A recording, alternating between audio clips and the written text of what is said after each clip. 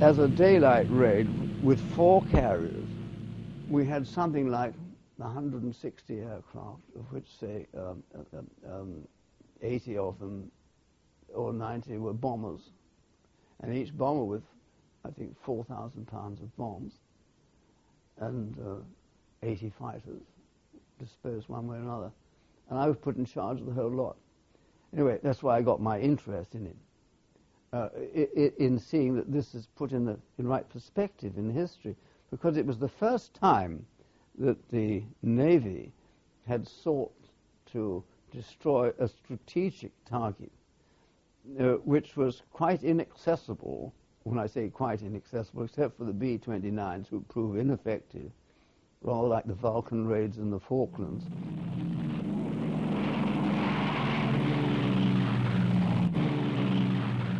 But the results were, of course, pretty dramatic. The thing was put out of action. So strategic-wise, I mean, this is the important thing. It just showed that naval air power, or the Navy, shall we put it more broadly, was able to strike where no one else could in those days.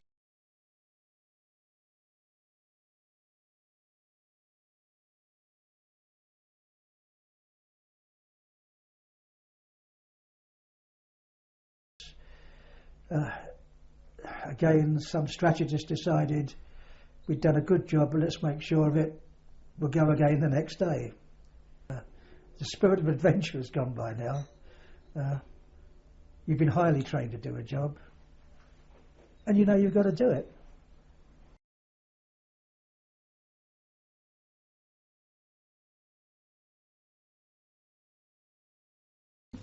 Admiral Vine came aboard. He's the flag admiral in charge of the whole fleet. Admiral Vine comes aboard and talks to us. He says, Plagio has been extensively damaged and is considered out of action. That left the adjoining refinery, Soengei Gerongoil, which we were to attack until that too was destroyed.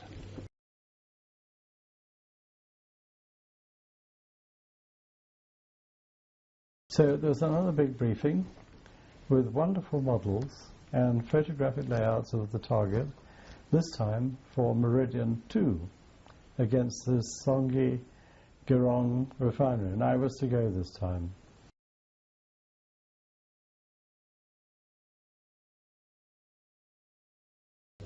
Our Lieutenant Commander Main Price, Charlie as we called him, briefed us, and he said very calmly, as he always did,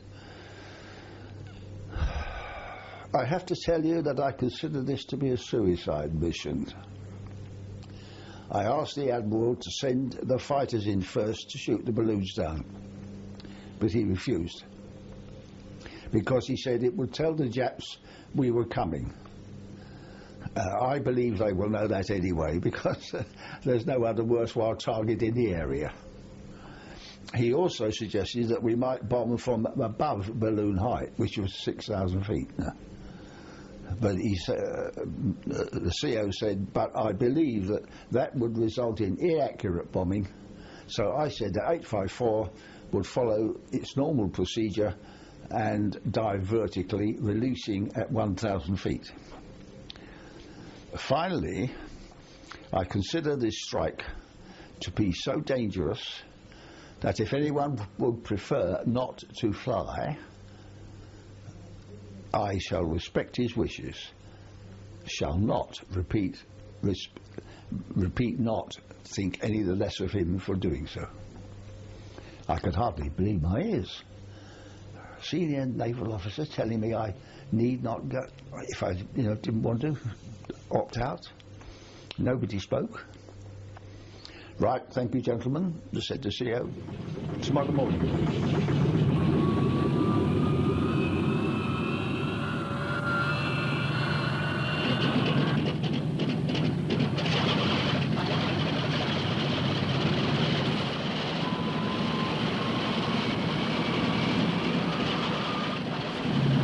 On January 29th, 1945, with 0640, being tail end Charlie, W1Z, I sat by the rundown behind 11 Avengers and 16 Hellcats.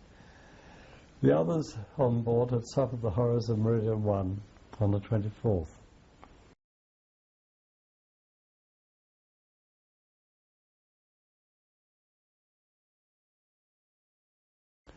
We took off into atrocious weather and formed up below very low ceiling. And seeing a break ahead, i.e. we were nearly at 1,000 feet, forming up all these aircraft, which was a gaggle to look at, according to ship's officers.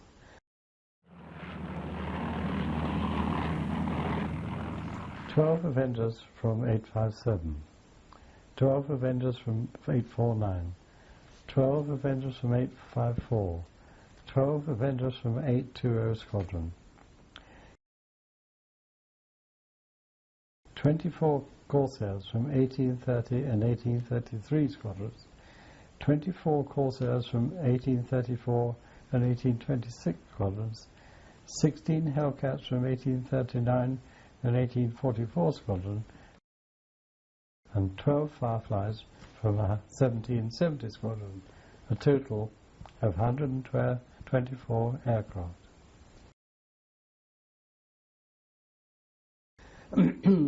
And seeing a break in the clouds, our CO started to climb, leading the 124 aircraft, and we had to get up to 12,000 feet because we were flying over the Barisan Mountains at 10,000 feet before starting off on a 150 mile flight across Jap-infested Sumatra.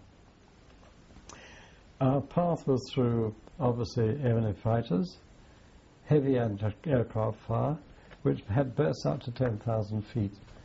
And finally we discovered on the 24th a balloon barrage.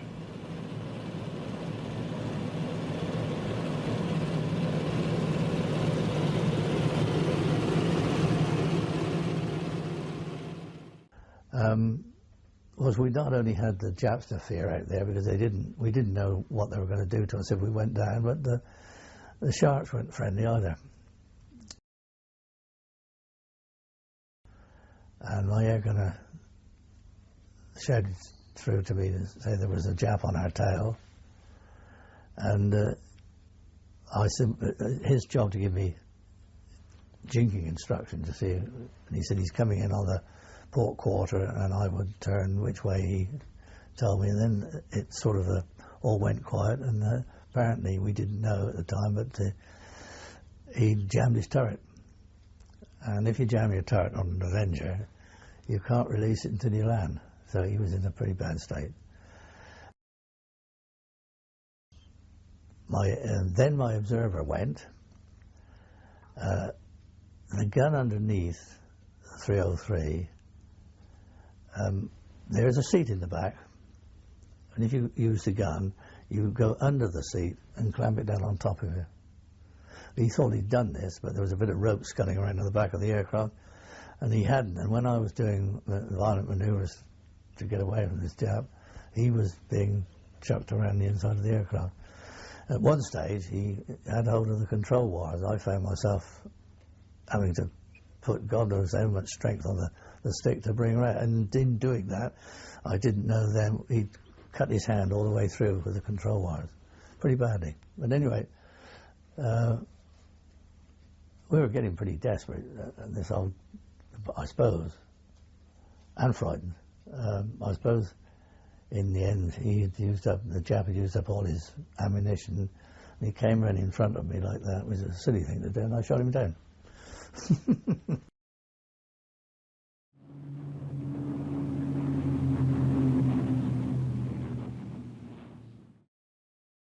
About 50 miles from the target, my observer Clem Spearman reported an attack focused on us, developing from port by what is now called a Nakajima Ki-44. In my day it was called a Tojo. My air gunner Harry Godfrey opened fire immediately, and a nasty fire started in my port wing, billowing out black smoke, and somehow shells had entered the cockpit, going through the fuselage and smashing my instrument panel, but it didn't hit me. Air was rushing through the aircraft at 10,000 feet, and my throttle was jammed, and I noticed a lack of aileron control. So then another attack started from the other side, and Harry was firing away, and the first fire had died down. I actually fired my front guns as a Tojo, which had slowed down and went across my bow, talking in naval terms, in front of me. To the rest of the formation had got ahead by then and started their dive on the target. Just before this, an anti-aircraft shell passed through my port wing without exploding, completely removing my port wheel and leaving a large hole through the wing. Harry was still firing as the fighters came in. When you think about it, you're sitting there in the cockpit, you've had a fire, you've got another one right through, you could see the hole through the wing, and everything was going wrong. So stability was deteriorating, and I remember calling up the CO, Doc Stewart, and shouting, because I thought I'd had it, "Give my love to Jackie."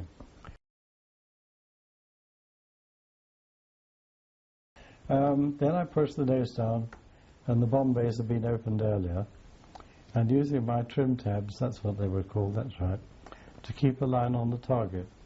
We went down like everyone else through the balloons, and I dropped my 4 500-pound bombs using manual release, because they hadn't got any other method of dropping them.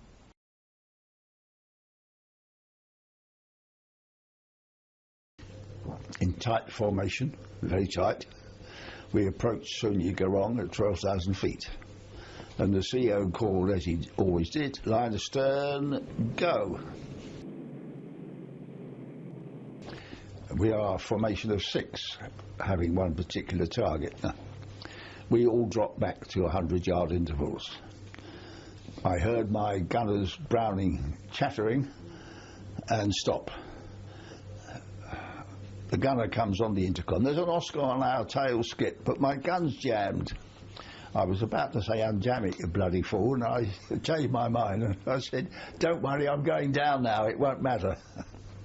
And I put the Avenger into a vertical dive, and ahead of me, from this 12,000 position, I could see 3 Avengers ahead of me, then the balloons, some of them, and below them, yes, there was the pump house. Very small, but between between us and our target, I could see a balloon cable, and I thought Charlie would go round it, of course, but he didn't. To my horror, he hit it, shearing off most of his port wing, just like a hot knife through butter. And then going into a vicious one-wing spin, which is not regular and gentle, but forceful and erratic. And below it, he was only at 1,000 feet or more when this hit, and so he blew up in front of my eyes just when he hit the ground. The second Avenger rounded the cable and made its attack. That's a senior pilot. And then next, just ahead of me, was Roland Armstrong, another 854 pilot. And I couldn't believe my eyes when he hit the same cable as the CO with exactly the same result. I felt sick and angry. Why the hell didn't they see that cable? I was petrified in a sense. My mind couldn't work, but I had to jerk myself back to reality because I hadn't bombed here. And I thought, time to bomb, crumbs, yeah, there's a cable, jinked round the cable and pressed the bomb button. And at about 300 miles an hour, it started to pull up. And as I got level, I suddenly found myself looking at a black wall of cloud from the burning oil tanks, with jets, gouts of flame in it all the time, and I was so close to it I couldn't do anything but go straight into it. It seemed a good idea at the time, so I thought it might avoid flak. But the turbulence from that burning oil was so violent that the stick was whipped out of my hand, and the 7-ton Avenger was tossed around like a cork. All my navigator's equipment went flying around on the floor. A wet accumulator back underneath by the tail had fallen over, and its acid had nearly reached the aircraft's self-destruct device. When we emerged from the smoke on our side at about 500 feet, I think, I grabbed the stick, got the aircraft level and went down to treetop height and headed for the coast where we had to rendezvous out at sea. Left the coast, was beginning to climb out to sea, and looking back and around, as you always have to keep your eyes open for fighters, I saw another Avenger back down beside me, much, much lower, on the same course as me, but much lower, which I thought was okay. It seemed all right. It wasn't trailing smoke, and it wasn't doing anything. It wasn't on fire, but I realised it was in a shallow dive, and it blew up as it hit the sea. Woof, just like that. So 3 in 2 minutes, you know. Cheapers. I think I'd been hit, but the engine stopped, and I immediately turned round out of the attack and jettisoned my bombs, and the engine started again, but there's black smoke coming out all over the place. We went in the direction of the ship and went as quickly as we could, but wasn't very fast because the engine was very, very rough. And we signalled the ship, and the ship said, we're being attacked,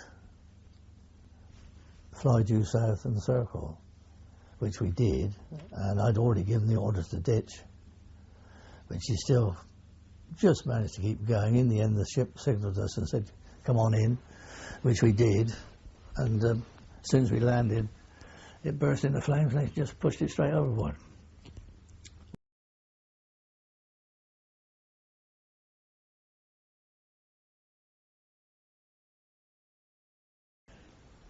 I suppose I'd better explain that the operations Robson, Lenthal, Meridian 1 and Meridian 2 were considered to be the most competent performances of the fleet air on during the Second World War. The Japs were getting very, very short of oil, and they got an awful lot of oil from there, and we more or less put it out of commission, bang, for the rest of the war. Well, when that was over, we turned for Australia. We were now the British Pacific Fleet, and we were heading for Australia. And when we arrived in Australia, we all flew ashore to various, what were known as MONABs, Mobile Naval Air Bases, at different stations in the east of Australia, around Sydney, that area. And in March, we went off up into the Pacific as the British Pacific Fleet.